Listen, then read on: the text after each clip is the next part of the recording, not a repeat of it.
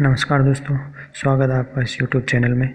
आज की इस वीडियो में हम बात करने वाले हैं कुछ महत्वपूर्ण करंट अफेयर्स के बारे में। तो पहला सवाल है, टाइम्स मैगजीन ने person of the year award के लिए किसे चुना है? इसका आंसर होगा जो बाइडेन एवं कमला हैरिस। जो बाइडेन जो अभी अमेरिका के प्रेसिडेंट चुनाव में जीते हैं और कमला हैरिस वहाँ की वाइस प्रेसिडेंट बनने वाली है। ये एक भारतीय मूल की महिला है और इन दोनों को टाइम्स मैगजीन ने अपने कवर पेज पे जगह दी है।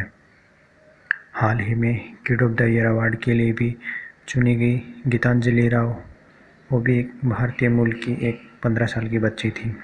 अगला सवाल है, हाल ही में केंद्रीय मंत्री नितिन गडकरी ने किस राज्य में कोइलवर पुल का उद्घाटन किया? तो ये बिहार के सोन नदी के तट पे किया गया है और इसकी लंबाई 1.5 किलोमीटर है। अगला सवाल है, हाल ही में अंतर्राष्ट्रीय पर्वत दिवस मनाया गया, यह किस दिन मनाया गया? तो इसका आंसर होगा 11 दिसंबर, यानी कि कल ही मनाया गया। अगला सवाल है, हाल ही में किस राज्य में जगन्नाथ जीव क्रांति योजना शुरू की गई है? इसका आंसर होगा आंध्र प्रदेश। आंध्र प्रदेश के मुख्यमंत्री ने यह योजना शुरू की है। अगला सवाल है, हाल ही में 2020 का Ramanujan prize for young mathematician किसे दिया गया है?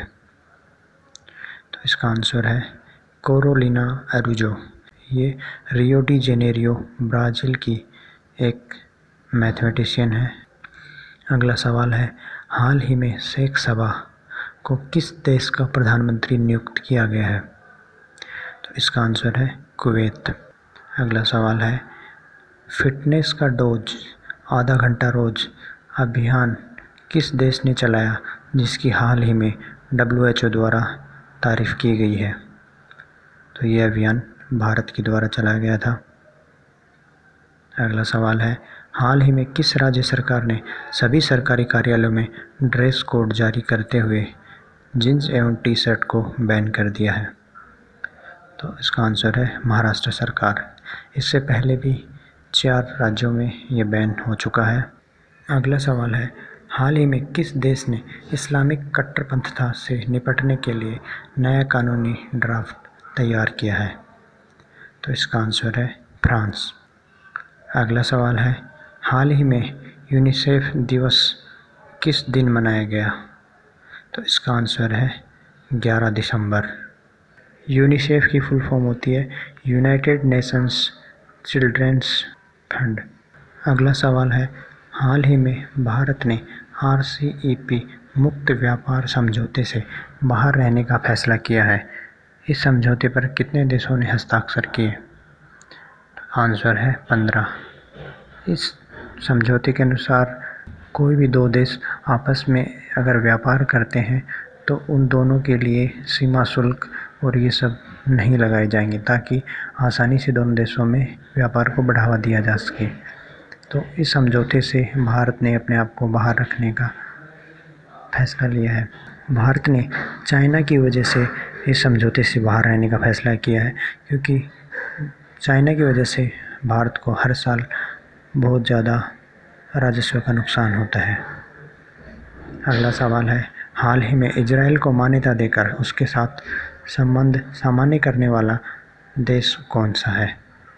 तो इसका आंसर है मोरक्को। अगला सवाल है, हाल ही में नासा द्वारा किस भारतीय अमेरिकी अंतरिक्ष यात्री को चंद्रमा मानव मिशन के लिए चुना गया है? तो इसका आंसर है राजाचारी। ये अमेरिका की वायुसेना में एक पायलट हैं और भारतीय मूल के व्यक्ति हैं, और ये तीसरे ऐसे भारतीय मूल के व्यक्ति होंगे जो अंतरिक्ष में जाएंगे। इससे पहले कल्पना चावला एवं सुनीता विलियम्स ऐसे थे जो भारतीय मूल के अंतरिक्ष यात्री थे। अगला सवाल है, हाल ही में किस राज्य में राष्ट्रीय दिव्यांग सशक्तिकरण केंद्र का उद्घाटन किया गया? तो इसका आंसर है तेलंगाना। अगला सवाल है, हाल ही में 2020 में विश्व की 50 एशियाई सेलिब्रिटीज़ की लिस्ट में किसने टॉप किया? तो इसका आंसर होगा सोनू सूद। अभी लॉकडाउन के दौरान सोनू सूद काफ़ी चर्चा में रहे थे। इन्होंने लॉकडाउन में जो मज़दूर फंस गए थे उनको उनके घर पहुंचाने के लिए काफ़ी मदद की थी, इसलिए ये चर्चा में आए थे और इसी के लिए इनको इस लिस्ट में टॉप स्थान पे जगह मिली है। अगला सवाल है, हाल ही में किस देश के प्रधानमंत्री लुडोविक ओरबान ने अपने पद से इस्तीफ़ा दे दिया? तो ये रोमानिया के प्रधानमंत्री थे। अगला सवाल है, हाल ही में किस राज्य सरकार ने रक्त की खरीद पर शुल्क मुक्ति की घोषणा की है? महाराष्ट्र सरकार इसका आंसर होगा।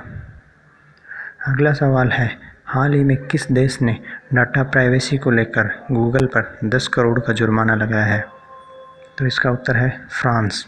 अगला सवाल है, शहरी प्रशासन सूचकांक 2020 में कौन सा राज्य शीर्ष स्थान पर रहा? इसका आंसर होगा उड़ीसा। इसमें शहरों में अच्छे प्रशासन, वहाँ की स्वच्छता एवं कानून व्यवस्था को ध्यान में रखते हुए दिया जाता है। शाहीन ईगल 9 2020 सैन्य अभ्यास किन दो देशों के वायुसेना के बीच हुआ? तो ये पाकिस्तान और चीन के बीच हुआ है। ये अभ्यास अपनी सैन्य शक्ति के प्रदर्शन एवं युद्ध की स्थिति से निपटने के लिए अभ्यास करने के लिए किया जाता है। अगला सवाल है, हाल ही में आईसीसी वनडे बल्लेबाजों की रैंकिंग में शीर्ष स्थान पर रहने वाले बल्लेबाज कौन हैं? तो इसका आंसर है विराट कोहली। आज की वीडियो में बस इतना ही। अगर आपको वीडियो अच्छा लगा हो तो please like, comment and share.